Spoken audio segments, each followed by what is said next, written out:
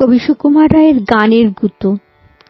গান জুড়েছেন গ্রীষ্মকালে ভীষ্মলোচন শর্মা। আওয়াজখানা দিচ্ছে হানা দিল্লি থেকে বর্মা। গাইছে ছেড়ে প্রাণের মায়া, গাইছে তেরে প্রাণপণ। ছুটছে লোকে চারদিকেতে, ঘুরছে মাথা ভন ভন। মরছে কত জখম হয়ে, করছে কত ছটফট। বলছে হেঁকে প্রাণটা গেল, গানটা থামাও ছটপট। বাঁধন ছেঁড়া মহিষ ঘোড়া, পথের ধারে চিৎপাত। ভীষ্মলোচন গাইছে তেরে, নাইকো তাহে দৃকপাত। চার পা তুলি জন্তুগুলি, পড়ছে বেগে মূর্ছায়। লাঙল খাড়া পাগল পাড়া, বলছে রেগে দূর্ছায়। জলের প্রাণী অবাক মানি, গভীর জলে চুপচাপ।